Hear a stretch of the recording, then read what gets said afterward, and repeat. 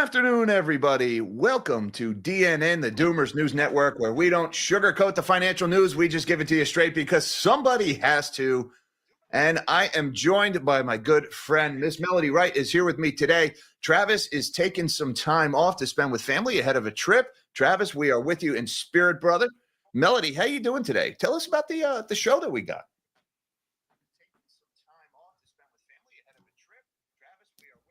Are you still there, Melody? Sorry, I am, Jack. Sorry, It's playing on another speaker. I'm sorry. I got to find that. But I'll tell everybody what our. I'm sorry. I am. I'll tell you what. Why don't you go ahead and mute it? I'll take it from here, Mel. You got some technical things going on in the background, so I'm going to go ahead and we'll just tell you about the show that we got today because we got a packed show today. Even though it's just the two of us here. First, we're going to lead, of course, with This Week in Doom, as we often do. The second story, Melody's going to be talking to us about more stimmies in China. China is going burr over there with the money printers are back. I can see Melody has worked through her technical issues. That's good. We've also got a Friday bank failure. Once again, this time it's a tiny little credit union in Gainesville, Florida called the Alliance Credit Union. We'll talk about that one. Melody's going to tell us again about rising interest rates and rising mortgage rates. Something that we might have to get used to here. And then our fifth story, I'm going to talk to you about a guy named Scott Bessent, who is being floated as a possible pick for Trump's Treasury Secretary. And I'm not going to lie, the guy kind of makes my skin crawl. So we're going to talk about him. And last but not least, Melody is going to end with a quick Helene update. Melody, did I summarize the show accurately? And are we good to go with the tech issues now?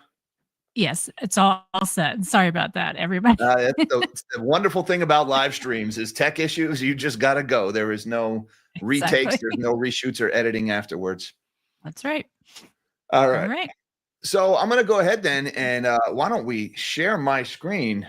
Because, guys, it is once again time for This Week in Doom.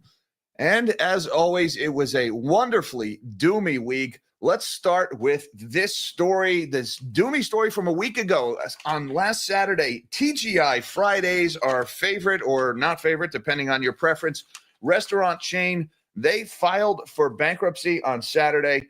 Now, they filed for Chapter 11. They blamed COVID for the problem, but it was not COVID that failed this chain. The parent company of TGI Fridays filed for bankruptcy, but the parent company only actually owns 39 restaurants. The several hundred other restaurants were all packaged up into what's called a whole business securitization in 2017 by a private equity firm called Sentinel Capital Partners.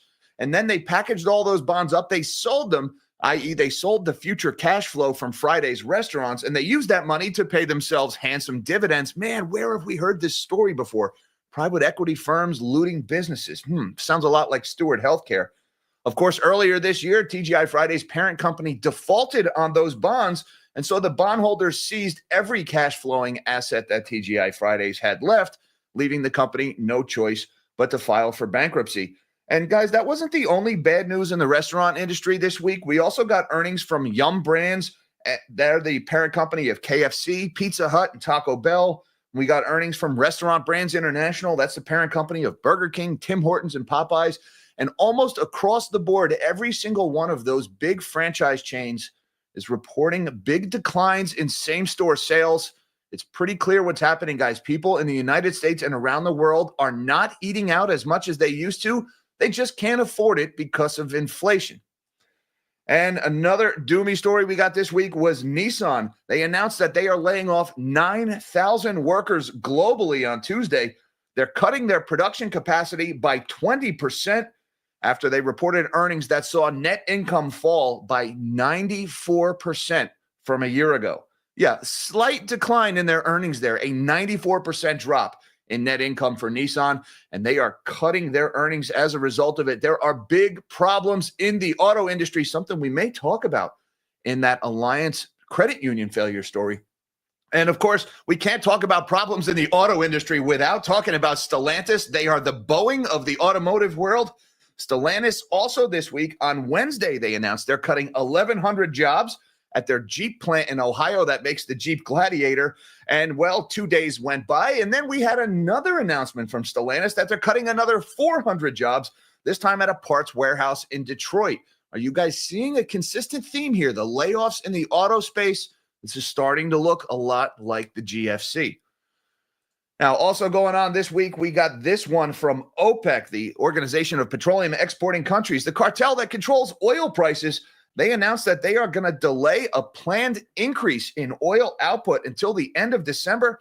This is now the second time they have delayed this oil increase. They're talking about concerns of weak demand and lower energy prices because it's the best economy ever, right? That's why you would do that. OPEC is currently holding back about 2.2 million barrels per day of production to try to support oil prices. That would obviously be much lower if they weren't doing that. And of course, you guys may have heard there was a little thing that happened this week. I don't know, a little story. Oh, an election.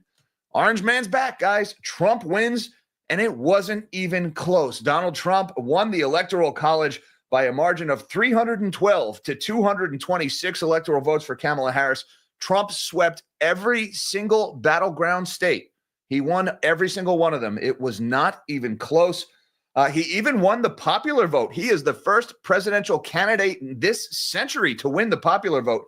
74.3 million votes for Trump to 70.3 million votes for Harris, a 4 million vote margin. Again, guys, this one was not even close. Also, the Republicans have taken control of the Senate. They currently lead the Senate by a margin of 53 to 46. It's worth pointing out that the Arizona Senate race still hasn't been called.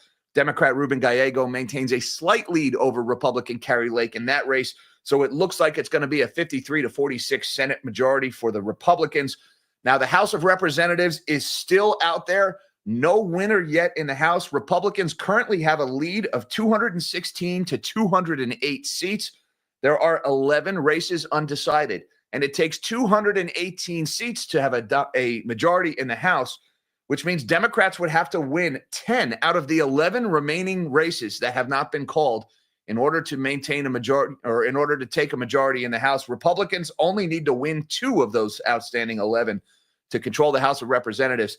So it looks like Republicans will control the House, although it's not confirmed yet. It's going to be a razor-thin majority if they do. But this was, by all accounts, a red wave in this election. And also, immediately following the election, we had the FOMC, the Federal Reserve, got together this week. They cut interest rates by 25 basis points. That was largely expected, but that wasn't the big story. The financial press went on a little fishing expedition at the press conference. They were pushing over and over again for some kind of drama between Trump and Powell, something that we saw during Trump's first term. Several in the press asked Chair Powell, do you have plans to resign? Which Chair Powell said, no. And then he was pressed for more details. What if the president asked you to resign? Would you resign? And Powell said, no. Seemed the press wanted more talking points. They wanted Powell to say something derogatory about President Trump or President-elect Trump. He didn't. They pushed, if the president tried to fire you or demote you, would you resign then? And Powell basically said, not permitted under the law, making very clear that the Fed is independent, or at least the illusion of independence over at the Federal Reserve, and that Powell would not be pressured out of his seat.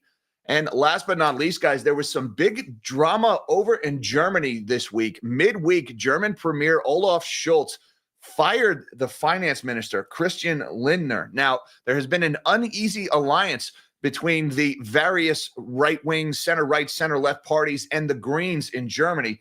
Lindner is one of the center-right party members. Olaf Scholz fired him because of disagreements over climate goals, welfare spending, increases in defense spending, raising taxes, increasing Germany's debt limit, obviously just left-wing spending goals, more and more spending. Interest rates in Germany had been rising. There's worries about a sovereign debt crisis in Germany. And, well, Olaf Scholz wanted everything. He just wants to borrow, print, and spend. And Lindner said, guys, we have to make tough choices here. Scholz then fired Lindner, and it looks like Germany will be holding snap elections at some point early next year. And there are now worries of a sovereign debt crisis emerging in Europe as German interest rates have risen following Lindner's sacking. And thus concludes This Week in Doom. Back to you, Melody. Well, thank you, Jack. There's just so much going on. And, it's interesting to see the auto industry really kind of taking, I think they're going to lead mortgage, this time. But mortgage will be close behind because they're having the same types of issues in those vintages, 2022, 23, 24. In fact, in mortgage, I just saw recently they're comparing this early delinquency, the last time we've seen it in mortgage, to 2008. And so I think mortgage is just coming right behind all of this. But we'll talk about that a little bit later as well. Melody, for a brief minute there, a used car was a good investment in 2021 and 2022. I bought my Tacoma. I love my Tacoma. I love that truck. I bought it in December of 2020. Used my buddy Tommy from Car Concierge Plus. He negotiated the deal for me. I knew car prices were going to go up, and so I bought it. I paid cash. 6 months later, they were calling me trying to buy it back, saying, hey, we think we can give you more than you paid for it. And then, of course, they said, we can get you into something nicer, too. Like, would you like to buy an even more expensive car? I hung up on the guy. Something is very wrong when a used car becomes a good investment. Used vehicles are notorious for or vehicles in general, right? When you buy a car, there's an invisible $10,000 toll booth. When you drive it off the lot, it immediately depreciates by like 10 grand. And so it should have been a warning to people. Something so different from the historical norms cannot possibly be sustainable. And of course, we saw a lot of banks like Ally Capital, Ally Financial, just piled into auto loans. And we're going to talk about this credit union failure later. I don't know for sure, but I think autos played a role there. So we'll get into that more. I think, Melody, why don't we turn this one over to your second story here, the China stimmies. What is going on over there? Sure. And if you want to, you can share my screen. Absolutely. Why don't I share the right screen? I think that probably helps. There we go. Okay, so this will be kind of a quick story, but just want to talk about the Chinese stimulus we heard out there. And this story is really called Great Expectations because the markets just keep expecting fiscal stimulus to, spark consumer demand, and it keeps not happening. But let's just go over the facts. Essentially, it's really not even a stimulus; it's a debt swap. And so, if you think about this, they're giving money for these local, regional governments to refinance their debt, and so this is really just an extend and pretend for these local regions. And many feel that this is not going to create the kind of, consumer activity that people think is what is going to save the Chinese economy. Now, the last time we talked about China, in this regard, we also mentioned the IMF that came in and knocked on China's door and said, well, we think you need to do X, Y, Z. And China said, no, thank you. That's not what we're going to do. And so essentially what this will do, I think what's very funny about all this is investors have waited for weeks for the fiscal side of that campaign, with media reports stoking expectations for some spending to stabilize the property market and boost consumption. Disappointment was palpable at the start of the presser, with the offshore yuan, weakening as much as 0.6% before paring the decline to 0.3% as the full scale of the package was known. And so here's a quote from Economist. I found this very weird, Jack. This is in the middle of that Bloomberg story, and it's got his name, and then just comma Economist. I'm guessing they're economists from Bloomberg. I don't know. Anyway, these two. But local debt resolution is a critical aspect of policy support, but it's only part of a broader push that's required to revive the economy. With this package, local officials may be able to start catching up on spending allocated in the year's budget. So basically what they're saying is that due to being debt laden, they're not even spending the money that's been allocated to them in the budget. To boost growth in a more sustainable way, other important aspects are likely to come, particularly more specific fiscal measures to support demand. Now, they've been likely to come for some time. And so maybe, Jack, what do you think? Do you think they're coming? I don't know. I tell you, it's hard to tell what is just like American press is dominated, especially America's financial press, just absolutely dominated by Keynesians, right? The Right. Austrians are nowhere to be seen in our press. So Right. every single article, and we only get really American press here because it's hard to get a lot of accurate information from Asian media. It's just too tightly controlled. Right. But everything I'm seeing here says, oh, we need more aggressive fiscal policy to support demand. All right, support demand. That's important. All right. It sounds, oh, support. That's nice. Like we're being emotionally supportive.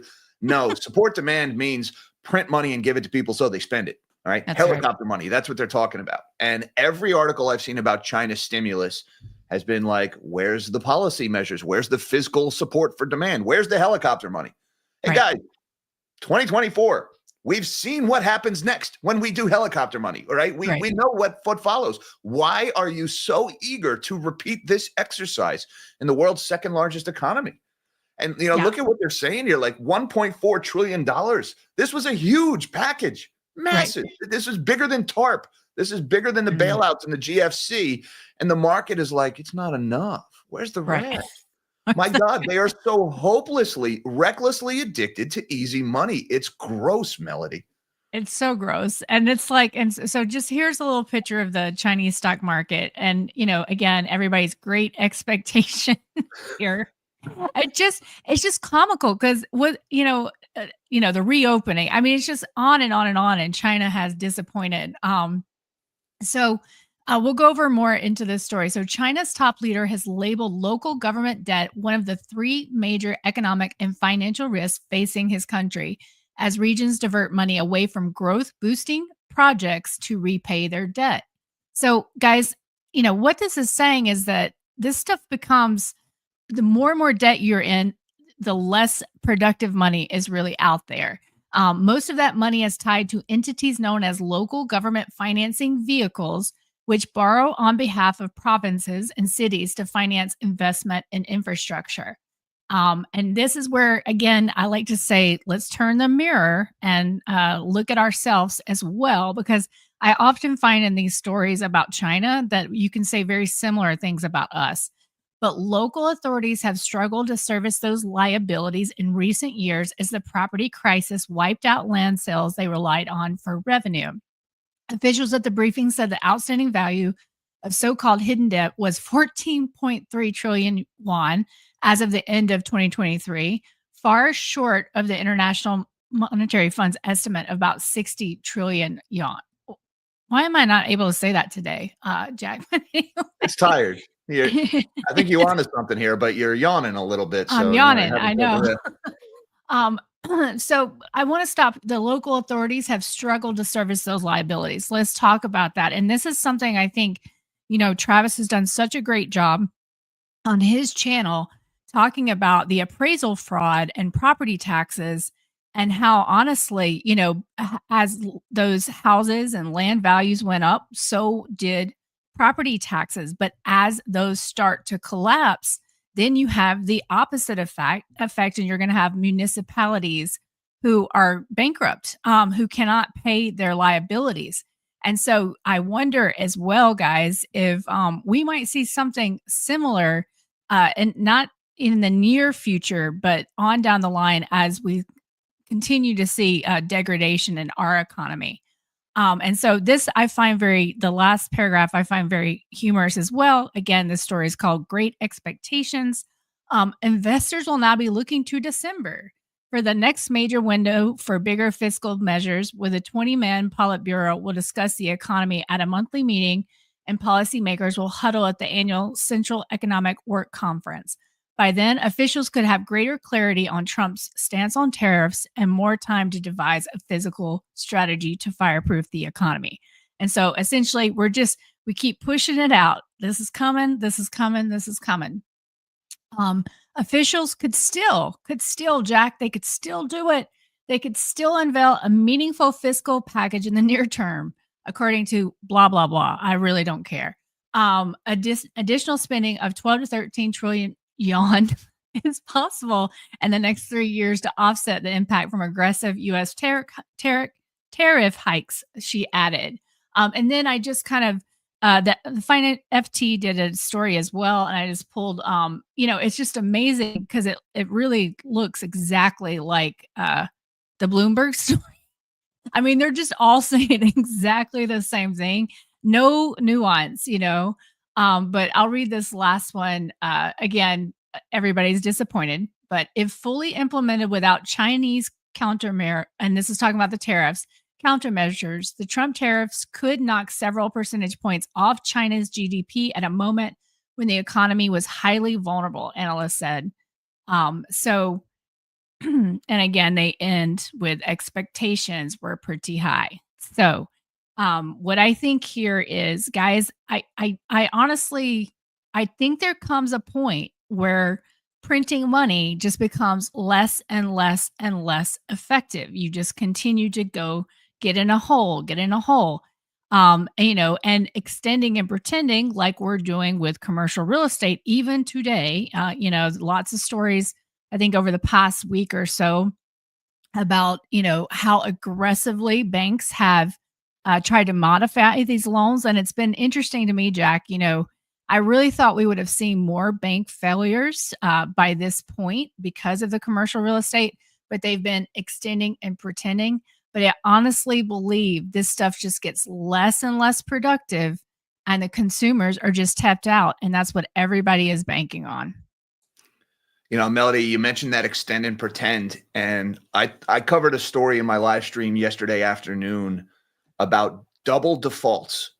And, I was talking to my friend, Nashville Pasta Man, about this on Twitter too. I had no idea what a double default even was, like double secret probation. Is it something like an Animal House reference or something here?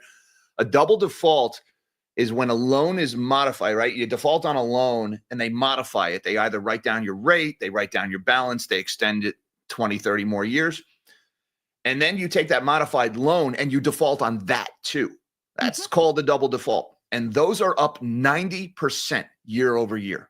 They're spiking huge. And the New York Fed wrote a paper. Now, I haven't read this paper yet, but I've read articles talking about this paper that are saying that the Fed is starting to worry here that what the banks are doing is they're modifying these loans, even though they know they cannot possibly ever be paid. They're just trying to buy themselves time, hoping the Fed rides to the rescue with Zerpenberg. And which means extend and pretend is really just causing additional damage to those banks as they do this.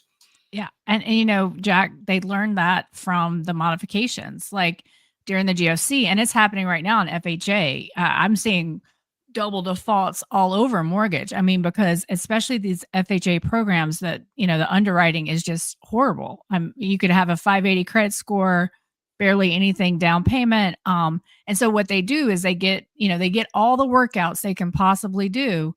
But really these 40-year modifications aren't gonna save them. And so they're redefaulting now.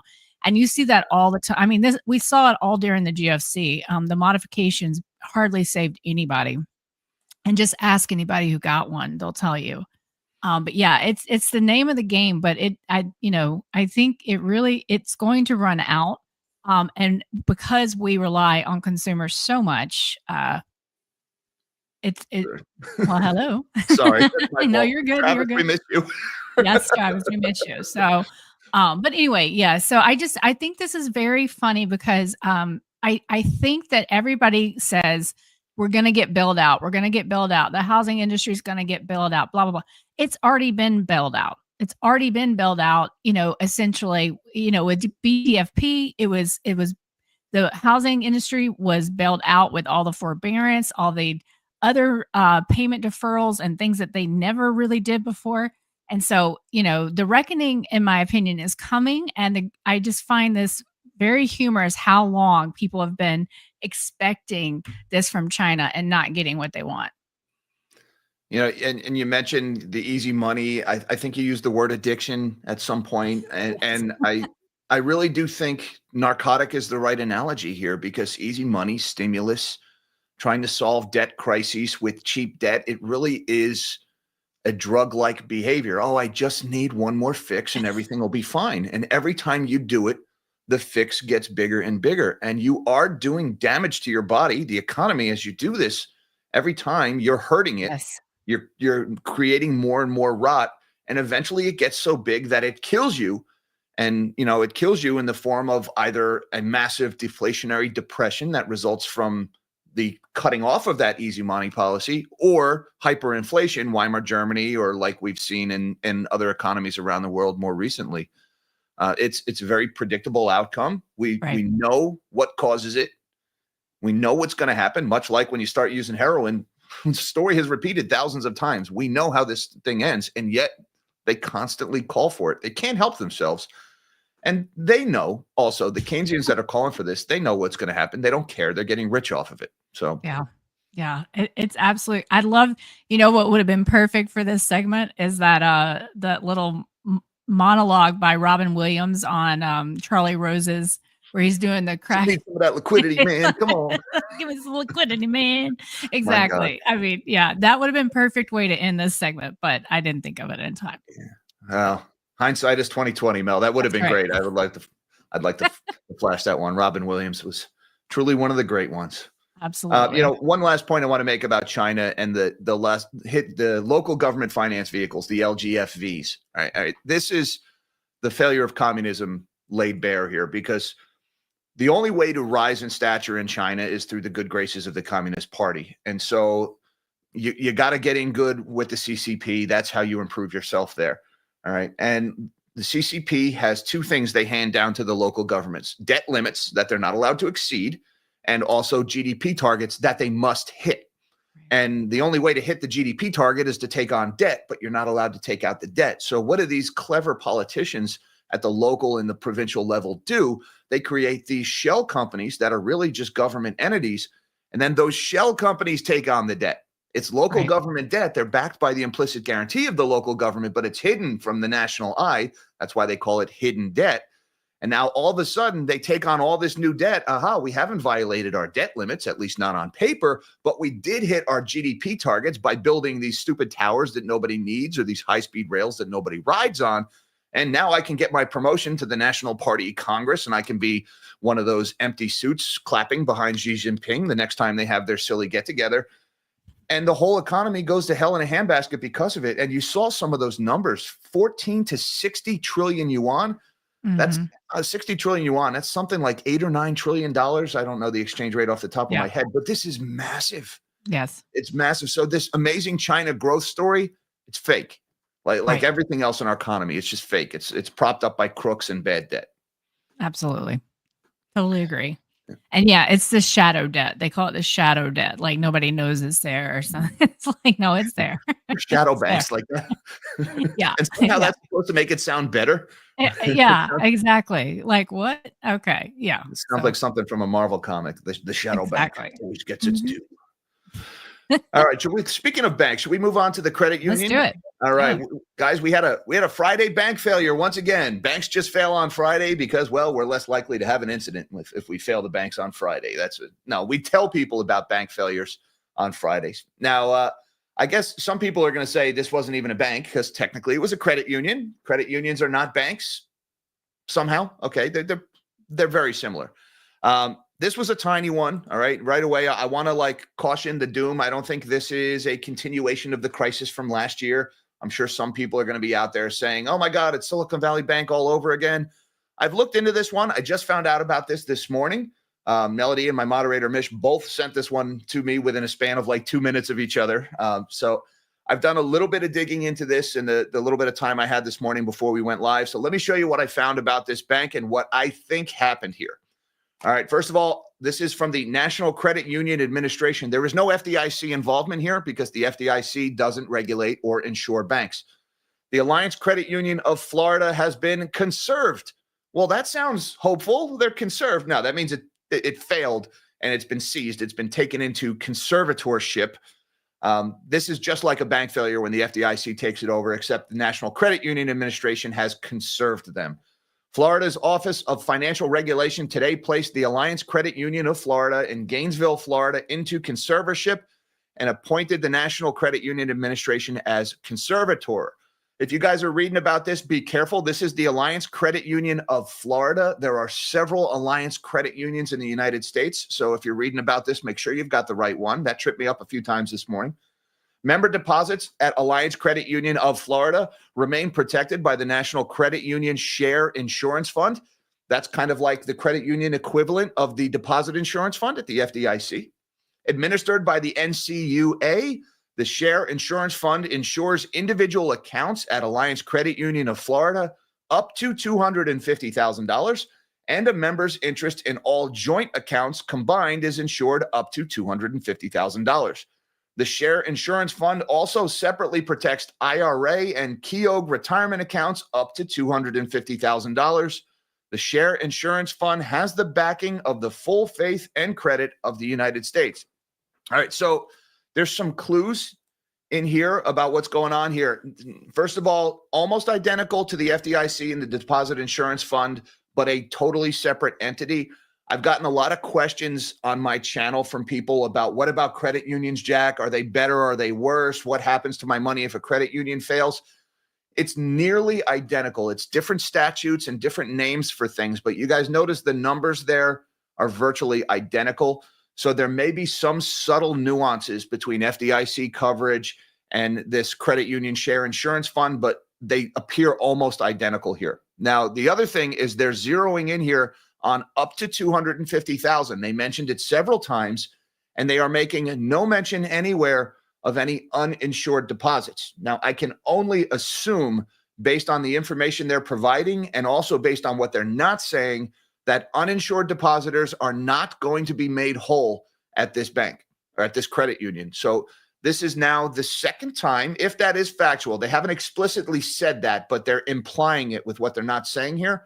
If that's the case, this would then become the second case of uninsured people losing money at a tiny financial institution, much like that bank that failed in Lindsay, Oklahoma a few weeks ago, where uninsured depositors only got back 50 cents on the dollar. It looks like they're not even getting that in this case. It looks like uninsured depositors are going to lose everything over $250,000. They're not explicitly saying that, but it is implied here.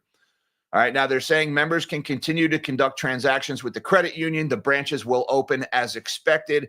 So no change to making payments. You can still access your money. Everything is going to work as it was before. Also, they're making no mention of what caused the bank failure here. Again, when they mentioned that bank that failed in Oklahoma a few weeks ago, they specifically mentioned that it was a fraud, took down the bank. We were able to learn a couple of things about that bank with the research. I'm still following up on that story, by the way. I may have more to say about that in the weeks ahead. But they talk about a couple of other things here. And this Alliance Credit Union of Florida is a federally insured state-chartered credit union with 5,394 members, i.e. customers, and assets of approximately $59 million. All right, $59 million, tiny little credit union, guys. This is not a big outfit. This is not a damnation of the entire national financial system or anything like that. It's not a continuation of the crisis from last year. Now, why do I say it's not a continuation of the crisis from last year? I decided to start looking in the books for Alliance Credit Union this morning. This is in the National Credit Union Service Organization, and this is the most recent call report for this credit union, basically a financial statement of their balance sheet for the Alliance Credit Union of Florida. And again, guys, anybody doing their own research out there, make sure you look at the right Alliance Credit Union. There's a lot of them out there. All right, so this bank had $59 million in deposits. Let's see if we can figure out what happened at this place, because the government's not telling us right now. Cash on hand, $448,000. Okay, that's not that much. Cash on deposit, $3.7 million. Investments here. Okay, this is interesting. No securities, nothing like that. Available for sale debt securities, $4.8 million. At a $59 million bank, that's not that much.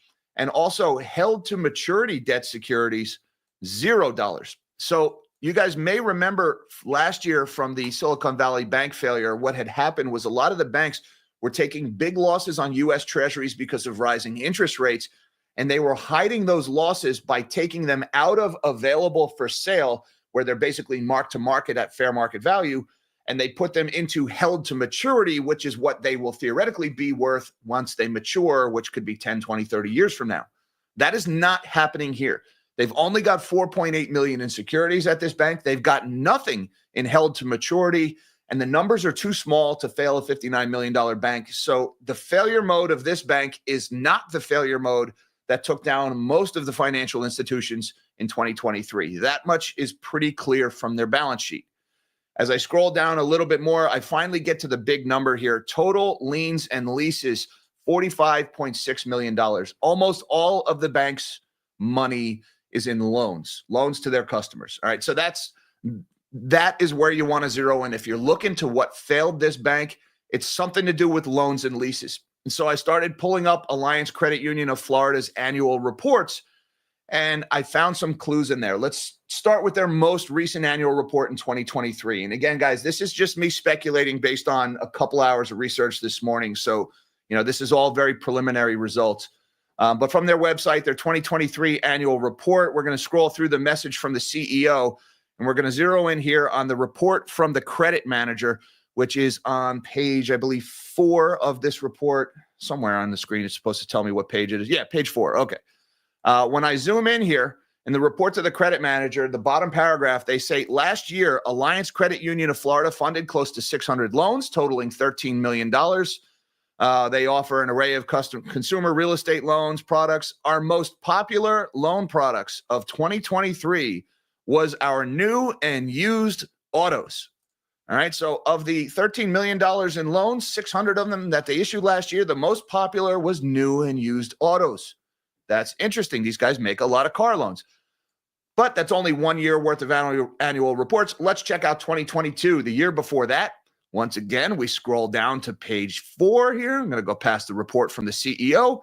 And once again, we're going to look at the report from the credit manager at this credit union. Last year, Credit Union of Florida funded over $24 million of loans. Okay, 900 loans for $24 million. So they made more loans in 2022 for more money. Same thing, they offer a wide array. And the same thing, their most popular loan products of 2022 was our new and used autos. Noticing a pattern here yet, guys? Well, let's get one more data point, because they also had their 2021 annual report was on their website. Let's go to page 4 of their annual report from their credit manager. And we get the same thing, 800 loans totaling $19.5 million. And their most popular loan products of 2021 was new and used autos. All right, so 3 years in a row, 21, 22, and 23, the predominant business for this credit union that just failed was auto loans. Now, the reason why I'm zeroing in on auto loans is because I did a video on my channel a few months ago about Ally Financial. Now, they're a bank that has specialized in automotive loans. And while the rest of the banking industry was pulling back their exposure to auto loans during that weird time that Melody and I were talking about, when for some reason a used car became a good investment, like that shouldn't have scared the crap out of people. But a lot of the banks stopped lending to the auto sector during that time because they were worried about a bubble in car prices. Ally Financial was not a huge bank, but much bigger than this little credit union. They made some big loans in 21 and 22, and they just let their investors know that those loans, in particular, the 21 and 22 vintage auto loans, are killing them because the defaults are so high on car loans right now. And here we've got this little $59 million credit union in Florida that just failed. And 3 years in a row, their most popular product was new and used auto loans. So I think it's safe to assume, based on the limited information available here, that it is the auto industry that took down this little credit union in Florida. So it's not what failed in 2023. It doesn't look like it's a fraud like happened in Oklahoma or that little bank in Kansas. It looks like auto loans. Now, if we hear otherwise, we'll update you guys on this, but this is a developing story. It's only a few hours old. And that's what I could come up with on short notice this morning. So it looks like it's the cars that did it. Yeah, and that's great, Jack, because and actually I'm finding a lot of satisfaction, and maybe this makes me a terrible person, that Ally is in so much hot water, because I cannot tell you guys. So Tell Ally, us the history of Ally. Yes. Yeah, GMAC. Okay, it was GMAC. That was my company, and we were literally the redheaded stepchild for years, and we just kept getting beat up by the CEO. They just kept saying, every earnings call after every earnings call, it's just the mortgage unit. It's just the mortgage unit. We'll never do mortgages again. By the way, they do, but we'll never do that again.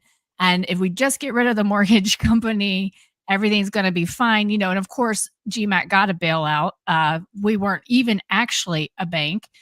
We had a small bank in Utah, but we were able to become a bank holding company to get TARP funds. And I, personally, a lot of that money was spent to rebrand into Ally. I wrote a paper at the time called "A Marketing Plan Does Not a Company Make," or "Marketing Campaign Does Not a Company Make," because they spent so much on the marketing campaign, and they had no brick and mortar.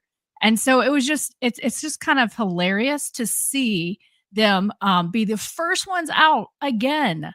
And now it's cars. Yeah. So I have a little satisfaction on that. GMAC, that was the financial arm of General Motors, right? It was. Yeah. But so when I first started there, we were, kind of a wholly owned subsidiary of GM. And then, and went to all those Renson and Detroit, blah, blah, blah. But then they sold off a majority stake to Cerberus private equity. Oh my God, you're kidding me. No. The Stewart Healthcare private equity firm, Cerberus? Yeah. So yeah. Okay. And then because they finalized the purchase in November of 2006, I started in September. And then right away, I've told this story many times, but I went from in October, a party with balloons coming down from the ceiling, to pretty much after November, Cerberus putting a gun to our heads and saying, we can see the writing on the wall here, folks. You aren't as worth what we thought you were. And so we led the write downs last time with Chase and Bank of America because they wanted that purchase price adjustment. And so anyway, I cannot tell you how bad we were the redheaded stepchild. Like, they wouldn't even let us sit with them when we were getting ready for earnings. And they just beat us up mercilessly. So this is, I have to say, a little satisfying, Jack. So, and I'm sorry to take you down this memory lane here, but I'm just fascinated by this story. I love it. So GMAC, the writing is on the wall. They're not a bank. They're screwed because of auto loans and now mortgages too. Oh, there's government money up for grabs. Let me pull a Sam Bankman-Fried and buy some tiny little bank in flyover country. So all of a sudden I qualify for federal bailout funds. And then the government takes the hit. They socialize the losses among the taxpayers. Cerberus Capital's happy about that. And now they're Ally Financial and they're losing money again. Yep. And the same failure mode is now rearing its ugly head, taking down this little credit union in Florida. Yes. Wow. And Jack, I should tell you, I was in New York in the GM building when they made this decision. I was the only person that had the phone number to the CFO of the Utah bank. And it was literally, you heard running, because we were getting ready for earnings, and we were told we were put off in this little room where we couldn't talk to anybody, that either we were going to announce the ResCap bankruptcy, which was the mortgage unit, or, we didn't really know what, but maybe not. There's a slim chance. The next thing you know, there's people running down the halls of the executive floor. Get X on the phone. Get X on the phone. And of course, I'm the only person with her number. And we literally became a bank holding company overnight. I mean, it was just absolutely crazy. So this is how we absolutely learned no lesson last time. Yep. It doesn't know. What is it? Doesn't always repeat itself, but it often rhymes. Often rhymes. This is a little more than rhymes. I think this is repeating itself, but a little more than rhyming here. I just want to take a second to thank some of the viewers here. Thank you, Mighty Mike, for the super chat and for supporting the channel here. I appreciate that very much. He says, "Thanks for your info, guys and gals. Mike, you are most welcome. It is our pleasure, and thank you for supporting the channel." And P Nice, thank you, P Nice, very much. He says, "Show love by hitting that like button." You got to love it when they give a super chat that encourages people to do all that wonderful algo stuff that gets this shown to more people. So Thank you very much, P Nice. Thank you, P Nice. Says, thanks, M&J and Nan. That's it. Those are our moderators. Thank you so much for M&J and Nan for everything you guys do for the channel. Also saying hi to Eclair Trio, Nikki H, RR, and the rest of the chat.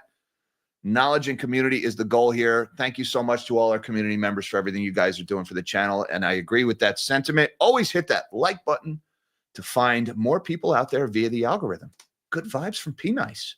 Thank you, P Nice. Yes. That was awesome. I appreciate the generosity, guys. Thank you so much. And I think we're going to move on to our next story here, because we've talked about the China stimmies. We've talked about the credit union failure. What do you got for us on interest rates, Melody? This is a good one. Let's add your screen here. Yeah.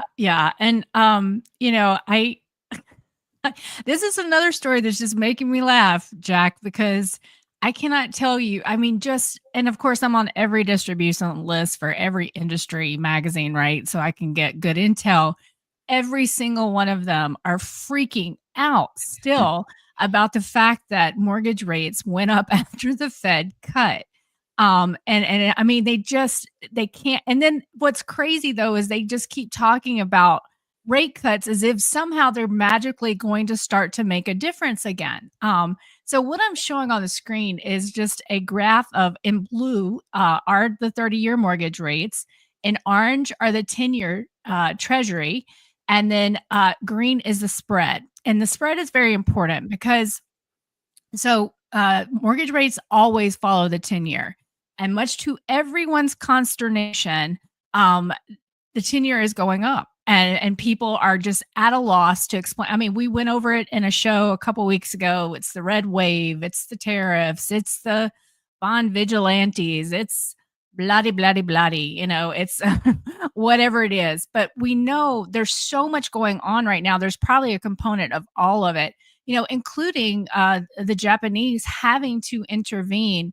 They came out and said just how much they intervened in July. We don't know what they've been doing recently, but if they have to intervene, that's going to cause collateral shortages, which could impact the 10-year as people essentially need to sell those treasuries in order or pledge them in order to get money, to get collateral. And so this is the collateral shortage, Eurodollar university type of argument. And so I thought I sensed a little Jeff Snyderism in there. I definitely was picking that vibe up. Yeah. Yes. But the reason mortgage rates got down so low is not because the 10-year went to plummeting. It was a component of it, but it was because the Fed started buying MBS, or mortgage-backed securities, and they made this spread, which is historically a 1.75% spread, really compress very low. I'm not showing that history right here.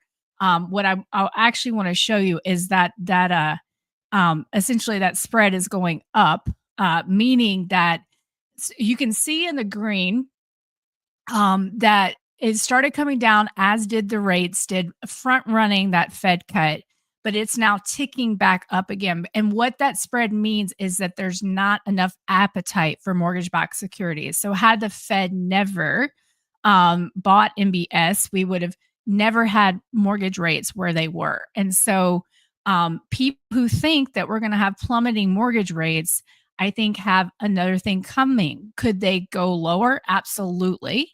And I'm not saying that, but in reality, when you look at the distribution of the mortgage market, they're going to have to go much lower for refinances to make sense, to be in the money. Now, that doesn't mean people aren't doing refinances. And that's the second thing I want to talk about here. So this is kind of a hard schedule, I know. Let me see how big I can make it here. But this is the Ginnie Mae mortgage-backed security issuance by month. And so Ginnie Mae, what they do is they take FHA and VA loans and they pool them all up and they sell off those securities off to the private market. And I want you guys, so here is the purchase. If you can look at the trend here, over the last, in July, August, September, it went up just a little bit for purchase mortgages, but it's now back down. And actually back down to kind of even right around April levels. But here you have the refis, guys. And this is what's really important to look at. You go from, 8.75 in August to 12,286. So this is a huge increase. And a lot of these refis aren't in the money. What do I mean by that? They're not actually they're refining because they need to pay down debt. They need to pay down credit card debt. And when you look at it, you say, okay, my interest rate on my credit card, and I don't even know what it is, Jack, because I don't have any I think it's what, 22%, 25 or something crazy right now is the average. And and so people say, hey, you know what? Well, I could get a mortgage rate for 6, 7, 8, 9%. And a lot of these are having to take much higher mortgage rates because they're not qualifying. They're not, the credit quality isn't there. But that becomes, a smarter move than actually, paying letting that debt hang on your credit card because of that interest rate. And so that is a lot of what you're seeing right now. And so the idea that lower rates are going to really stimulate the purchase market is just not accurate. And you can see we got a little bounce, but it did not go all crazy. Again, home prices and cost of ownership through property taxes and insurance and replacement costs are what are why people are not participating, or at least the majority of people aren't participating in the mortgage market. So, Melody, can I ask you a question real quick? Absolutely. I follow on my channel the mortgage applications. It's a weekly data point that we get. And Yes. for 6 weeks in a row, Yep. we've seen some pretty stark declines in mortgage applications as interest rates started to rise after the Fed started cutting rates. We've seen 6 weeks in a row, big drops in mortgage applications. In particular, refis have really dropped. Now, looking at this data you're presenting here from Ginnie Mae, it looks like the refis have actually risen during that time. So is there a lag between the application data and the issuance that we might see? So would you expect this refi to drop significantly soon, or? Yes. Yes, I would, Jack. And so great point. So an application, and this is what so many people don't understand, it's truly just an application. Anyone can sign an application for a mortgage, but the pull through rate is not great. But it takes 45 to 60 days from that initial application, Jack, to close that loan. And so basically we saw this increase, but now we will start to see it'll lag those applications by 45 to 60 days typically. And we'll see these refis go down. But this increase, and this is Ginnie Mae, this is FHA and VA. I mean, this says to me there's a lot of trouble out there. And again, if they are using that money to pay off their credit card debt, they aren't going to be out there spending. Now, of course, we also know the American consumer is not, they're always motivated by various people to continue getting into debt enslavement or getting enslaved to debt and to go out and spend again. And you do often see this. You see that they pay down those credit cards and then they just keep going up and up and up. So, my point, I have a couple points here. One, everyone is confused by what's going on. I don't care who tells you they really know what's happening, but to me, it feels like 2022. It feels like, when we had the guilt crisis, it feels like, because when you look at October rates versus October 2022, very similar. We also had a kerfuffle with Japan back then as well.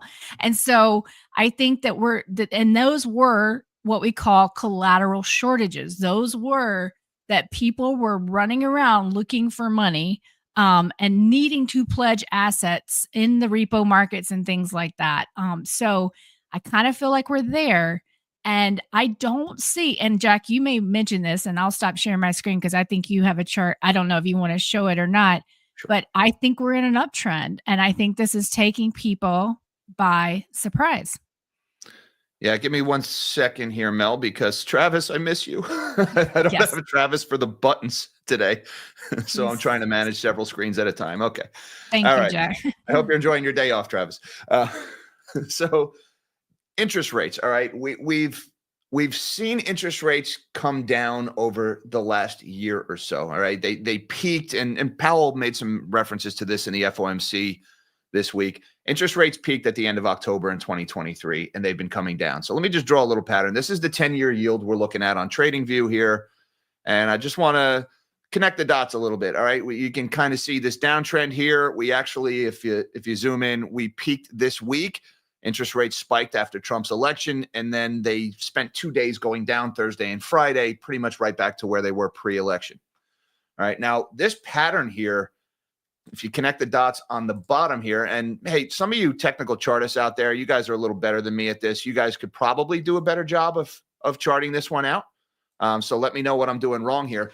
But this pattern to me resembles either a bull flag continuation pattern, which is basically a temporary consolidation before resuming higher, or a falling wedge, which is also a very bullish continuation pattern, sometimes a reversal, but in this case, it would be a continuation. So what I think this chart is telling us is rates rose sharply for, pretty much a year and a half as the Fed started tightening, and now they're just consolidating. But I think we're probably going to end up breaking out much higher at some point. And again, interest rates have been rising since they started lowering interest rates. So interest rates are going lower. Somebody forgot to tell interest rates. But the other important thing I want to point out here, and I've shown this chart on this channel before, let's switch back to monthly candles. There you can see the pattern that I just drew. And let's zoom way, way out. All right.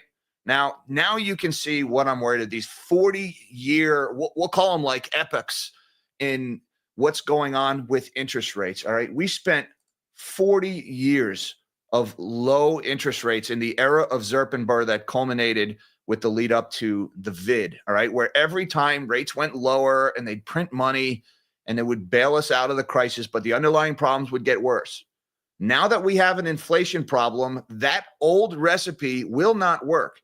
And almost everybody in the financial system, you can see it with these Keynesian imbeciles and what they were saying during Melody's segment about 1.4 trillion in China. That's not enough. Where's my stimmies, yo? Where's my helicopter money? All right. To a hammer, everything looks like nails. And everybody who's running things in the financial system right now came up during this era of lower rates. I mean, most of them have only been operating in this little segment here. I mean, most of the guys in finance are in their 20s and 30s. They've never been through a period of sustainably higher rates. Now, there is one very potent, very powerful, famous name who came up during this period of consistently higher interest rates, the prior 40-year period of interest rates. And I think we are now in a new 40-year period of consistently higher rates. There is one guy who's still around who cut his teeth the last time rates were heading higher for a long period of time. His name is Warren Buffett. And I would remind you, Berkshire Hathaway, Warren Buffett's company, is now sitting on a $325 billion pile of stock. They have been selling off assets like crazy. Apple, Bank of America, everything, you name it. All right. So why do you think one of the most famous investors in the world, the guy who came up during this era, why would he be raising cash? Maybe that's because he thinks interest rates are going higher. Interest rates is the price of cash. And if you think the price of cash is going up, then you want to own a lot of cash. And that is exactly what Warren Buffett is doing. I don't think these lower rates are really ever going to materialize, not on the long end of the curve. I think we're looking at higher rates for the foreseeable future here. And Warren Buffett sees it too. And that is going to really freak out the housing industry. And, they're celebrating. I believe it or not, they're celebrating right now because a lot of people had their best month in October. I mean, in 3 years, but that because it has been that bad. But it is and this happened in 2010 as well. We had a refi boom then. It didn't save the market. You didn't have delinquency didn't peak until much later in 2010. And then, your foreclosures continued. I don't, my biggest point is this is something no one is expecting. And the housing industry has no idea what is, the pain that's really coming their way, especially in 2025 when we start to see the rate buy downs reset. All the builders in Zellman's report this month, she's talking about increased buy downs as well as lowering prices for the builders. And so their margins are about to get extremely compressed. And if people can't refi into lower rates, which if we keep even at where we are today, we don't even need to go higher. they're not going to be able to. And so in many ways, they're going to work like the ARMs did last time in that resetting, as people realize they cannot refi into a lower rate and they're stuck. Yeah. And, that extend and pretend thing, how long are you extending and pretending for? If this really is a 40-year new, like Cretaceous era of higher interest rates, when tyrannical higher rates ruled the earth, you better get comfy with that extension and pretension, because you're going to be there for a long time. Yes. I just want to say thank you very much to Mr. Mark Welsh, who sent us a super chat. Thank you, Mark. Now, I did see that you followed up with that. Give me a second to find it, Mark, because it was in here. He said, where is it? Okay, Jack, can you discuss the GSIB SRT time bomb? I believe GSIB, global systemically important banks, the big banks, and I believe SRT, I believe you're referencing, what do they call it? Synthetic risk transfer. Yeah. Yes. Yeah. All right. Mm-hmm. Mel, do you want to take the first crack at this one? So again, let's talk about the shadow banks and all that good stuff. Define synthetic risk transfer first, I guess, is what. Yeah. And so what everybody did after what the banks did, because they have those Basel III regulatory, leverage ratios they have to maintain. They are doing things like packaging up certain risky assets and selling that out to the shadow markets. And so, as we were talking about earlier in the shadow banks, the shadow markets, Jack, essentially everyone knows that that was what brought down the economy how the credit event happened in those markets. Most people believe those markets are now at least 2.5 to even more greater than they were. And these are off balance sheets, a lot of it. And so you cannot see how well it really is performing. But the Fannie Mae, Freddie Mac, they're all doing it. The banks are all doing it. So there is a lot of debt and leverage out there that is, being offloaded from these entities that we don't have a lot of transparency or visibility. And, there's something that this incestuous relationship I'm starting to see between some of these financial institutions, Mark, and this may be what you're getting at. Synthetic risk transfers, they're basically these products where the banks, they now have certain capital requirements because of the new Basel requirements, right? So they have to get this risky crap off their books in order to satisfy these requirements. So what they're doing, they take all those risky assets, they package them up into a security, it's because that's what they do, and they're selling them. They're calling it a synthetic risk transfer. What it really is who wants to hold this bag of flaming dog shit for me? All right. Now, who are they selling them to? Well, I have a couple of ideas. I think pensions are buying a lot of it. I think shadow banks, like Melody said, private credit, private equity is buying a lot of it. Now, here's the interesting thing. There's been a lot of headlines recently about big banks extending big lines of credit to outfits like Brookfield, like PIMCO, like Blackstone, private credit organizations that are buying these synthetic risk transfers. So let me ask you this, Mark, or just something to think about. Are the banks really transferring this risk if they're selling them to these private credit organizations, and those private credit organizations are financing that purchase by borrowing the money from the bank? Right. Well, if that synthetic risk blows up, is the bank ever going to get paid back for that line of credit? No, they're not. So is this crap really leaving the bank's books? No, it's not. They're just moving the shit. They're moving shit around in spreadsheets, and they're telling you they're safe, strong, and well capitalized. Yes. So, it's a shell game. It's absolutely a shell game, Mark. Excellent question. Very well-informed question. I can tell, Mark, you're doing your homework, and thank you once again for supporting the channel. Yes. Thank you, Mark. Appreciate that. Man, we have the best viewers there, don't we? We really do. I love this community so much, Jack. Thank you, guys. I really appreciate that. Okay, Mel, were we done with the interest rate talk there? Because that was great. That question, the synthetic risk transfers, was a great cherry on top of that story, by the way. I feel like the Sunday is complete. But we must press on because we've got more stories. We got another one. And this one, guys, I decided like the last minute I was going to do this story. I got to send a shout out to my moderator, Mish, over at my channel, Nobody Special Finance, shameless self-promotion, because Mish sent me a question about this homeboy yesterday. you're looking at Scott Bessent. All right. Now, this guy is being floated as one of two options for Donald Trump's Treasury Secretary, the guy who's going to replace Aunt Janet over there, old Secretary Yellen at the Department of the Treasury. All right. Now, I don't know if I'll be able to do a Scott Bessent impression as well as my Janet, but we'll see. I've never heard this guy talk. Now, there's another name, John Paulson, another investor who's being floated. I haven't researched him. I'll look into him as well. But I looked into Scott Bessent, and this guy makes my skin crawl. And, you know, a lot of people are out there like, oh, Trump is here. He's going to solve all these problems in the system. And I've been saying all week, I don't think that's the case. Trump's history, he's a big fan of Zerpenberg. He's a big fan of low interest rates and easy money. And when I started looking at this guy, oh boy. And I'm going to give you a little hint, guys. Him. All right. This guy's fingerprints are all over it. And you might be saying, what? We're talking about Republicans here, right? This is Donald Trump's Treasury Secretary.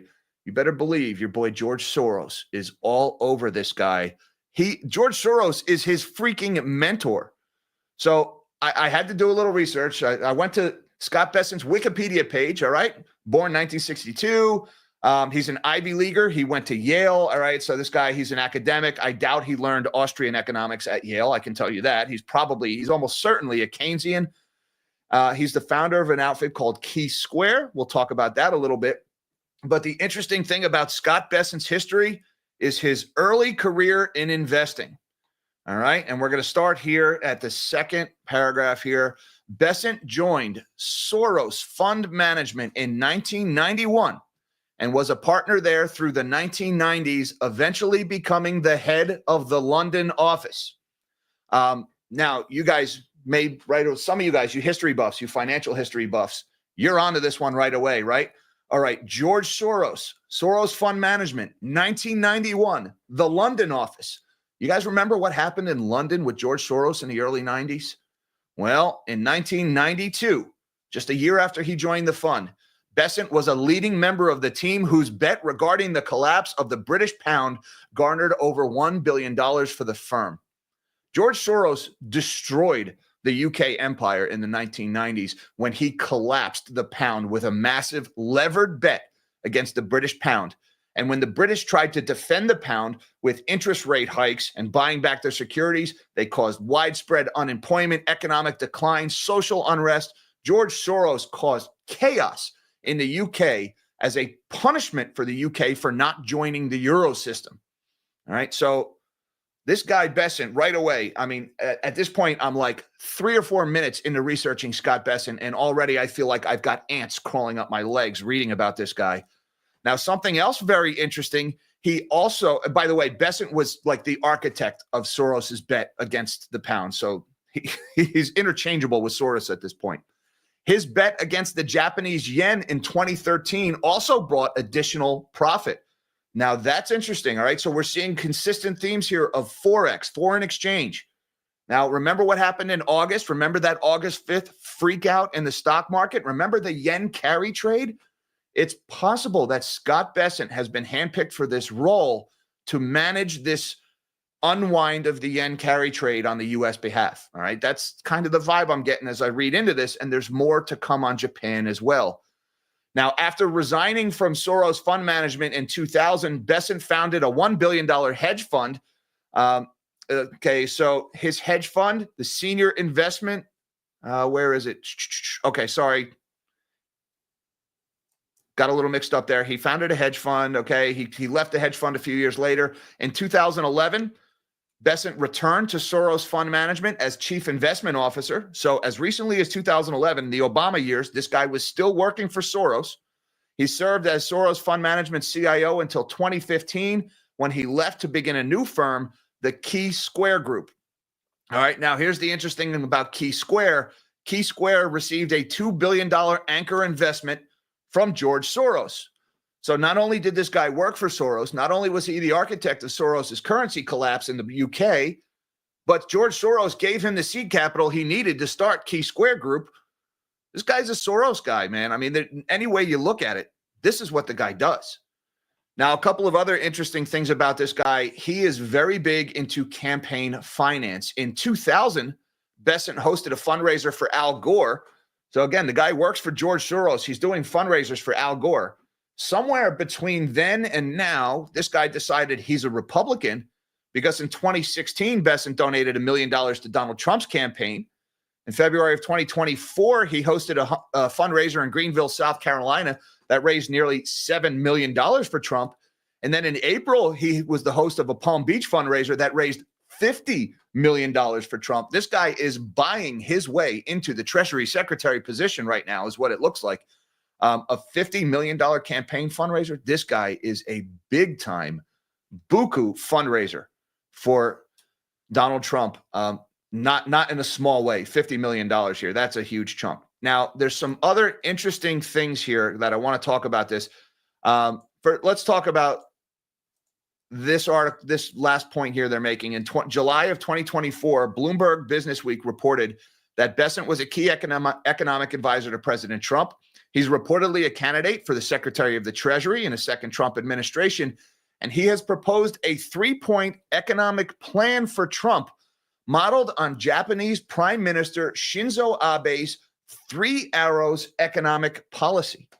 All right, so guys, this guy is becoming like this soup du jour of Keynesian economic policy here. And that's why I put return to Burr in the thumbnail today. All right, we're talking about Shinzo Abe. All right, some of you guys may recall Abenomics.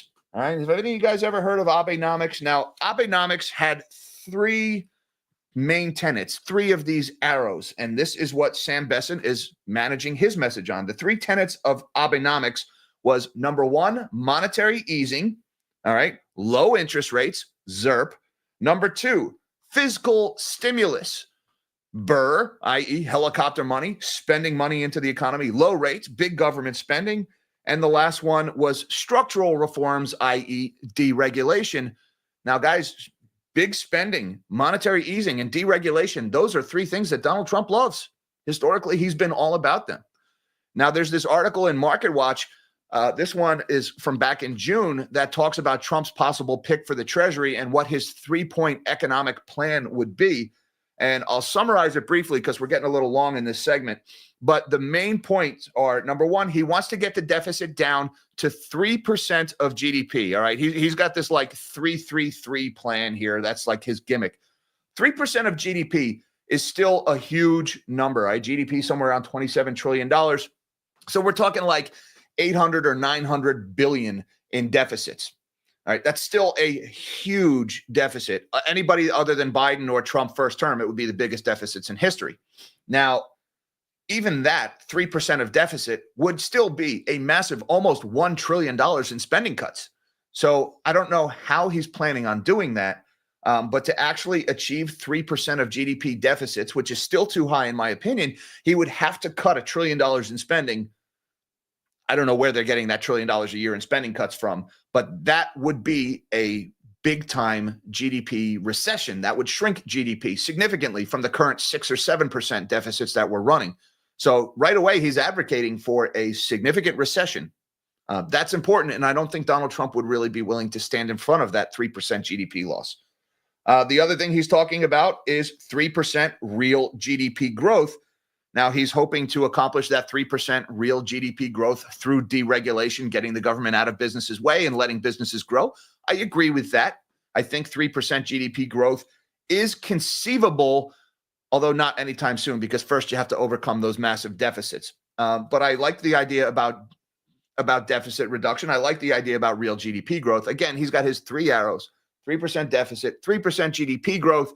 And then the final 3 in his 3 arrows policy is he wants to create an additional 3 million barrels per day of domestic oil production. All right. Now, that is not easy to do. 3 million barrels per day. Right now, OPEC is holding back 2.2 million barrels, and they're talking about putting that back onto the market soon. So if the U.S. were to add another 3 million barrels, the price of oil would absolutely collapse. All right. And U.S. oil is more expensive to produce than Saudi oil. It's harder for us to get it out of the ground. So U.S. oil producers probably couldn't afford to put 3 million barrels more oil onto the market right now, not without significantly lower interest rates to be able to access the bond market to borrow that money to finance that production expansion. That's going to lower prices. So again, he's talking a lot about easy money, about monetary easing here. And of course, that might kick off a Saudi price war as well. Now, here's the thing in this Market Watch article that really kind of freaked me out. After he summarized his 3-point plan, the ultimate goal here, so that would be my 333, the hedge fund manager said, the Federal Reserve could then go into a proper easing cycle. Wait, what? Sorry, guys, I lost my place here. Where did it go? Where did my proper easing cycle? I want you to see it here. Here it is in writing so you all can see it. Geez, here we go. The Federal Reserve could then go into a proper easing cycle. All right. This guy who has already financially supported Trump, huge fundraisers. Trump owes this guy big. He's an easy money guy. He's a George Soros guy. He has collapsed the currencies of nations before. All right. It's possible he's being picked to navigate the exit of the yen carry trade. But this guy will bring back Zerpenber. I have no doubt based on his history. He is definitely not a conservative. He cut his teeth under George Soros's tutelage, and that guy scares the crap out of me. Look, he hasn't announced that Bessent is going to be his pick yet. We don't know that for sure. But they just announced yesterday that he is considered one of the front runners along with John Paulson. Now, I'll look into John Paulson. Maybe, hopefully he's a better candidate, but yikes.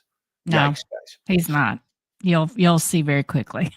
Melody is not impressed with Paulson either. All right, so maybe we'll have to do that again. I mean, Mel, have you ever heard of this guy Bessent before? I mean, no, I haven't heard of him. I had not heard of him. I mean, I read over his name when I read the first article. Thank you for doing that excellent deep dive because I had not. It's just so frustrating. I mean, it's just so disgusting. Anyway, yeah. So I feel the way you do, Jack. You know, when I was reading this, the whole thing I'm thinking is you better own some gold. All right. Mm-hmm. You know, I mean, if the ultimate goal is an easing cycle from the Fed, how are we talking about this after what inflation has done to us in these last few years? These people want to do it again. They just want to keep this cycle of financial repression and then importing labor to depress wages and using interest rates to also depress wages to make sure people don't get a raise when they inflate away the currency. They just want to keep us on this hamster wheel where we have to run faster and faster while going nowhere. And in my opinion, this guy will make it worse. And by the way, did all these people what was the number? It was 74 million people. 74.3 million people just voted for Donald Trump. Did they vote for Donald Trump so that he could put this guy in charge who cut his teeth working for this guy? Is that what those 74.3 million people just voted for? No. I certainly hope they hold Mr. Trump accountable. All right. And look, I was one of those 74.3 million people. I've been getting a lot of flack on my channel because I've said some not nice things about Trump this week. I voted for the guy. Certainly he's preferable to Kamala Harris, but I didn't vote for George Soros's filthy fingers to be all over my Treasury Secretary position. That's for sure. Hell no.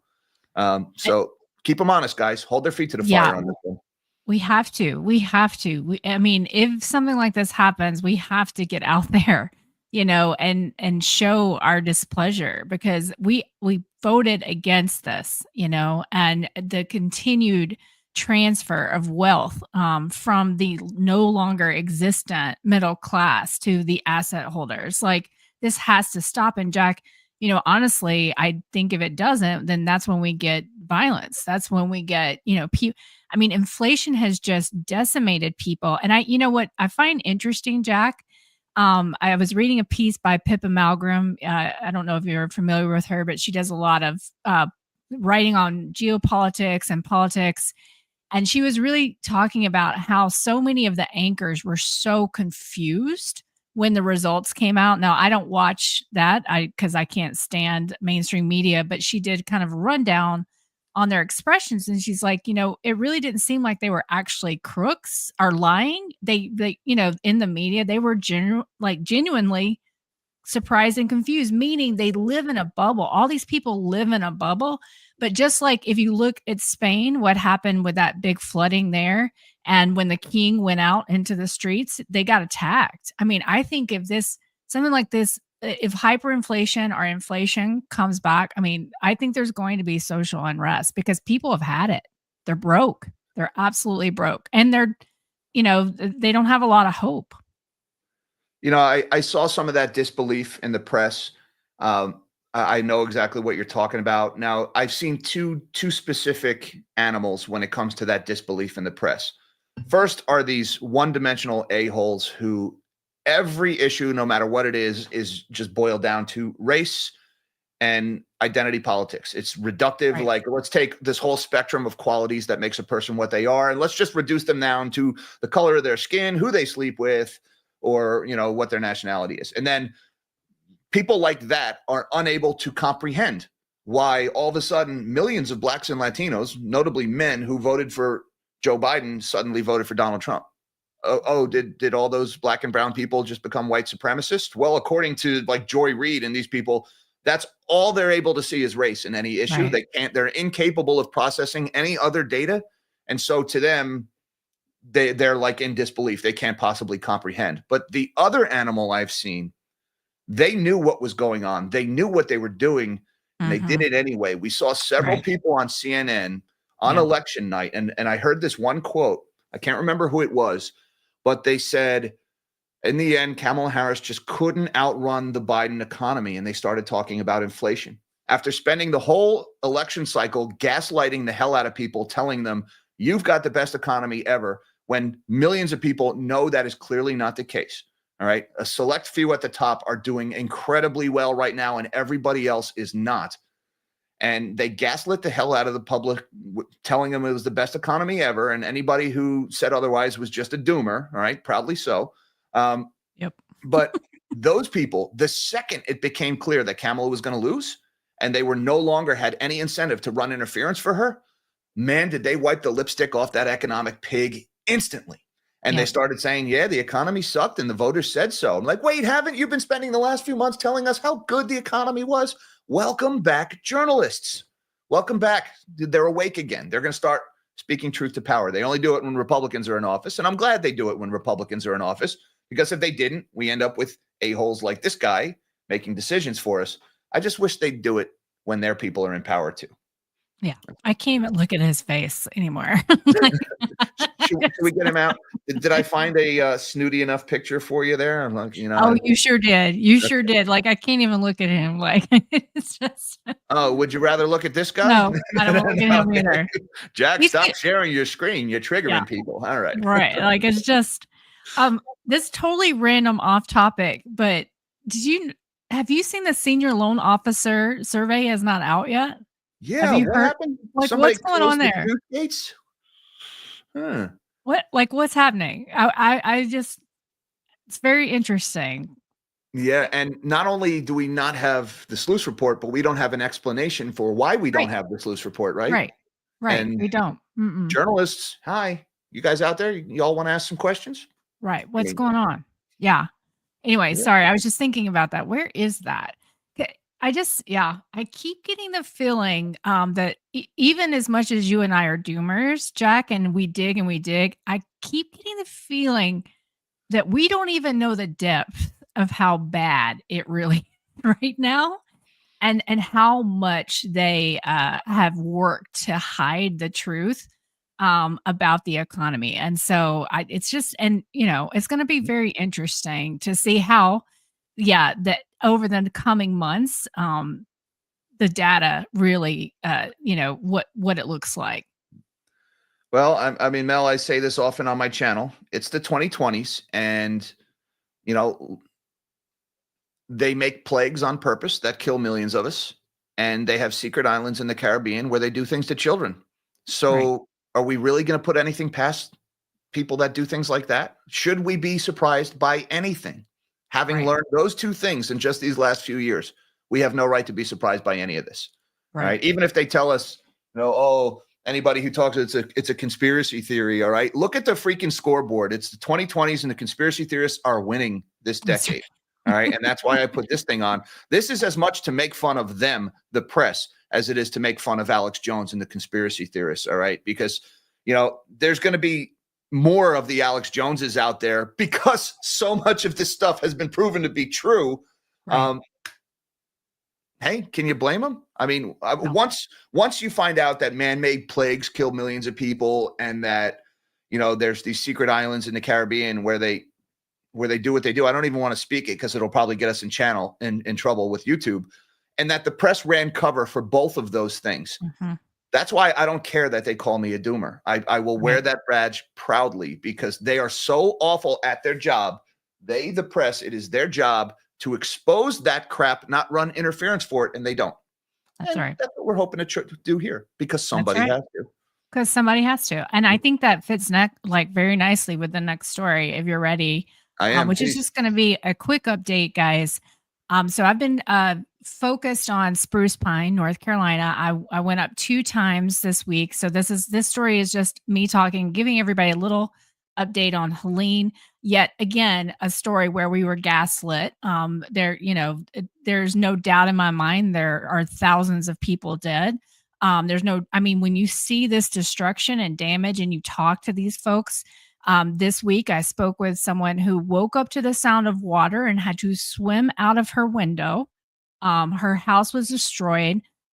Samaritan's Purse came and helped her. They gutted it, but now she has to rebuild it. And she has, she needs an electrician.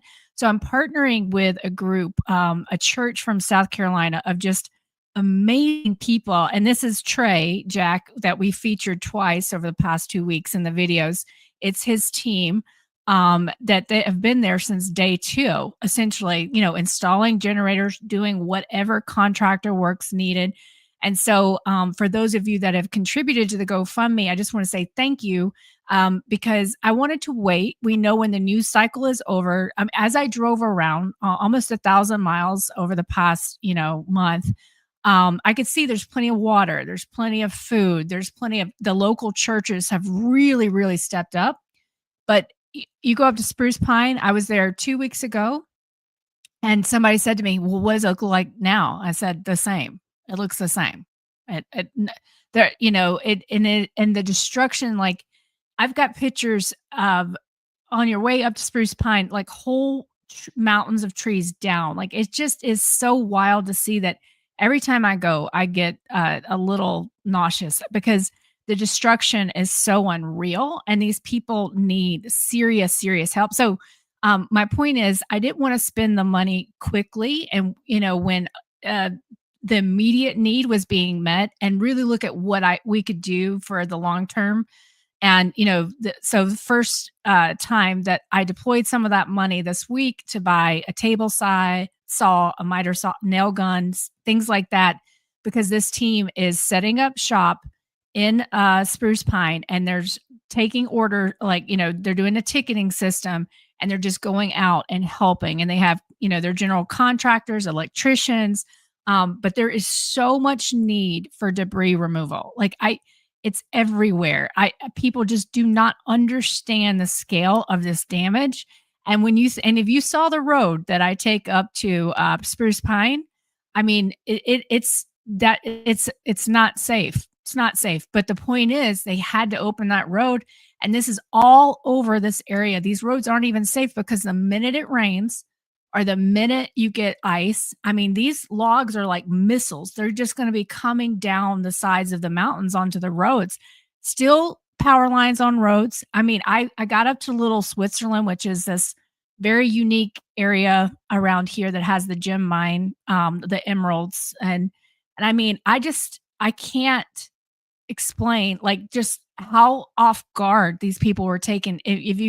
What we talked to the people at the fire station right outside of Spruce Pine, they basically looked down the road and saw a wall of water coming. And guys, when you look around, doesn't even make sense. Like, where did this water come from? And these are firefighters saying, where did it come from? Because you look at the North Toe River, which is down the street, but how would it just, none of it makes sense. And of course, I think the problem is we're not getting these reports like, okay, well, what exactly happened? Because if you look at this one mountain in that area, it looks like a tornado. I mean, so why don't we know what tornadoes hit where? I feel like we haven't seen timelines. We haven't seen anything we should be seeing about this disaster and how it happened so we can start talking about how to keep it from happening ever, ever, ever again. So anyway, my point is, and this team right now, they're working on, several tickets, one of which is restoring a church that was flooded there. And that's why they needed the saws and the nail guns. But very excited to partner with them because they're in it. They're going to be getting mobile sort of trailers so that we can house supplies as many relief folks are packing up and going home because it's winter, or they simply have to go back to work. One of the pastors at another church there is letting them stay on site, and he has to go back to work, because a lot of these pastors have full-time jobs. And so there's such a need there, and there's so much, Jack, that we're not hearing in the press. I don't want to go into it in too much detail yet until I have more facts. But, those children that we heard were missing, that's a real story. And I don't want to talk about it until I have more information. But this is going to take years, if not a decade, for this area to recover. And so the need is great, guys. If you want to contribute to the GoFundMe, we'll put it in there. Right now, what they're looking at is wanting to rent 2 of these big semis, which, by the way, guys, they're actually really cheaper than a storage. They're like $75 a month. So it's like $2,800 for the 2 of them, which can be like mobile closets and mobile supplies that we can take to different areas. And I just can't emphasize how impressed I am with this group of believers and folks that just picked up their lives, came, and they're here for the long term. And so just wanted to give that update because I believe that so few people really do understand how bad this is. And there are no words. There are no words. There are no pictures to describe because it's not just one place. It's everywhere across the region. Melody, first of all, let me just congratulate you on the work you've done on this story. Guys, I just put a link to Melody's GoFundMe in the live chat, but let me just show you this. Yeah, okay, it's showing on screen. Melody, fantastic work here. $15,500 raised. Incredible. Isn't that amazing? Excellent job. You're going to do a lot of good with that. You're already doing a lot of good with that. Thank you to everybody who donated to that GoFundMe. Yes. That's incredible. And let me just compliment you. You're helping the crew that is helping the church right now. And just like from a logistics point of view, looking at this pragmatically and without emotion, which I know is hard for you. You've internalized a lot of this suffering, and I see it taking its toll on you. Yes. So take care of yourself while you're doing this, Melody. We worry about you sometimes. Thank you. But pragmatically, what you're doing, helping the church, because you're talking about an area that is so spread out, right? The tyranny of logistics here is really hurting the response to this, because unlike a Katrina where everybody was centered in one place in the city, these people are spread out across this entire region. So just logistically, it's really hard to get help to so many places that are so remote. Now, helping the church first, the church is a place within the community. So you're helping the helpers. You get the church up and running first. The church is then able to help the people in the community. So where you're starting is highly effective. I commend you on that. I think you're doing a great job here. And I think you get that church recovered. The church is then going to be able to start that help will radiate out from there. It'll grow geometrically. So I think you're doing excellent work here. Thank you again to everybody who donated.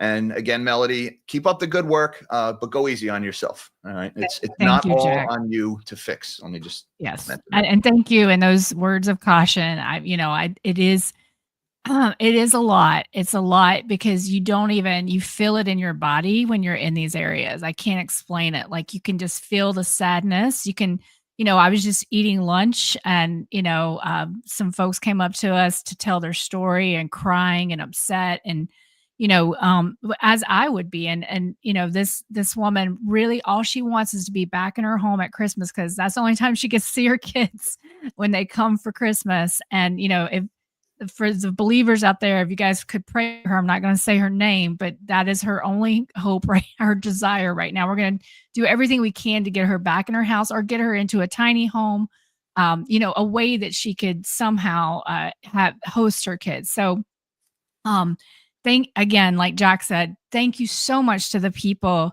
who will give, and just for also trusting me. I'm trying to be a very good steward of this money and make it productive work. Not, what you can see. What's crazy, Jackie? You can see water bottles all over the place around here that fell off trucks. I mean, because our nation responded, not our government. Our nation responded. People from all over the country, a team from Pennsylvania last week, teams from all over to come help.